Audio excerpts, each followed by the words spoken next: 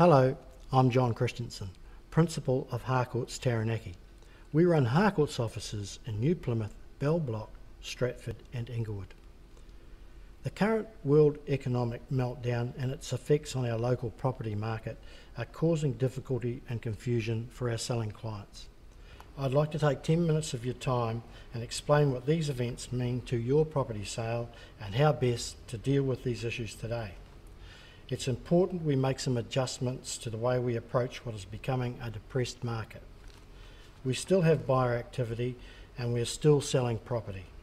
However, the climate has changed and it's important we accurately convey the current state of this market and how we can deal with it. Real estate these last 18 months has gradually slowed until October, and then it really fell away as the recession finally came to Taranaki. So far, we've been somewhat insulated from the major downturn over most of metropolitan New Zealand. But it seems unemployment is now creeping up locally, and property sales in the last 3 months have slumped to very low levels. Since October, we have not experienced a month of more than 66 sales in New Plymouth. We're down significantly in total dollar turnover as well. In February and May 2008, we topped $30 million of New Plymouth sales. In November, that figure was slashed by over 30% to $20 million and under $22 million in January. What is the significance of this slowdown for our vendors? It is simply a matter of numbers, active buyers and availability of bank finance. Let me explain. Fewer buyers are purchasing. They have more choice and they all buy on comparative value. A suitable home at the right price sells. The others languish in the market and become stained with market rot. Median prices have dropped over 12% in New Plymouth since September 2007. That is $42,500 on the average house, very significant. Banks demand far tighter borrowing criteria. Most require 20% cash deposit and a current registered valuation. You can't get around this easily. The purchaser's bank will value your property. If it doesn't measure up, they simply will not loan money to the buyer. The buyers are finding as tough as the sellers. They've been watching the news, they're informed, and they're constrained by common sense and bank lending criteria. The situation will not be changing in the foreseeable future. What can sellers do to help their situation? Let's talk these things through. The issues are prices have fallen, volumes have fallen, there are less buyers in the market, banks are more stringent and require larger deposits, banks demand current registered valuations to support loan applications. So what can we change? What can you do? And what's the outlook? And where are the buyers seeing the future? We can't change a thing. This is a free market driven by supply and demand. The supply is plentiful, the demand is low, this drives prices down. You can work with this market. If you want to sell, you must.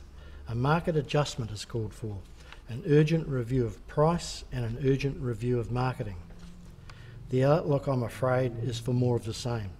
Whether or not prices slump further is unknown, but the likelihood of price gains in 2009 is a stretch, to say the least. Buyers are trying to ride this market down. The sooner we offer them what they see as value, the sooner we get them moving. They don't demand bargains, they demand value, comparative value, and that's where we can help you and where you can help yourselves. What action should we take to make a difference and produce an offer? Firstly, review and digest this information.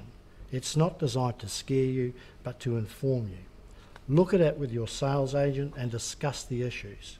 Ask yourself these questions. Am I in this market or am I just advertising? In the current climate, do I want to sell? Should I change my plans? If I am to sell, what do I need to do to get some action and appeal to the active buyers? Am I willing to make the changes necessary? If not, go through the review process again. Only one thing is certain, something has to change. Secondly, having decided to get into this market, As an active participant earnestly seeking an offer, examine the actions you can take. Review the asking price. It won't be too low, it may be too high. Perhaps a registered valuation will help. It will certainly help the buyers. They will need one. There is an advantage you can take right there. If your agent can say, "Mr. Buyer, this vendor is meeting the market. He's being proactive and providing you with proof of value and an important registered valuation you can take to your bank and secure the funds you need to purchase. This is very worthwhile and constructive, and you can do this. The cost is minimal." Look at the profile you have in the market. Am I prominent? Will I be noticed? Am I open homing? Would more profile work for me? We find that the properties we profile with larger advertising and open home consistently have more potential buyers through. Is your signage good? Would a photo board help show a feature not visible from the street? This is a numbers game at the end. Get 50 through and get an offer. Get 100 through, get 2 offers. It's that simple. We need to drive buyers to your property. They respond to profile and to price. Both have to be right to get the attention of buyers in the current climate. The outlook for the next 3 to 6 months is more of the same. It is impossible to predict when this market will slowly recover volume, which in turn will pressure prices again. Until the banking sector give everybody confidence that they've got themselves back into a stable situation, nothing will change.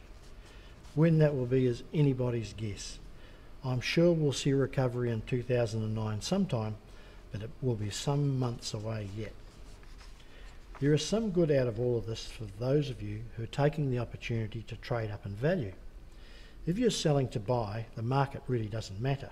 In fact, the gap is now compressed and a trade up is more affordable than at any time in the past few years. My advice to those of you who are trading up is simple. Get yourself sold and into a cash buy situation. Use that to your advantage when buying your new property. Talk to our mortgage brokers about the very best banking deals on offer. Good solid buyers with cash and equity are very much valued by banks at present. You should be in a good position to make the best of the current market if you go through the review steps I've talked about and get yourself cashed up. Review the prices, review the marketing, talk to our brokers. You'll certainly be in the box seat if you do the right things. Where do buyers see the future? As I said, they're trying to ride this market down, but in the end they seek comparative value. Offer value and you'll get their attention. A buyer has a focus on where he's going and would like to get there as soon as possible. We need to offer opportunities that entice them into making offers that we can work with. We only do that with enough profile to be noticed and by offering comparative value. Thank you for your time today. It's important we all understand the circumstances we're in and that we know what our options are. Talk this over with your salesperson and discuss the options and scenarios that fit your situation. Make some decisions and act. We can sell your property. Some other properties are selling. Those vendors who have made market adjustments to avoid market rot are having success. Take the positive out of all of this and you'll be on the move sooner than you thought. Thank you.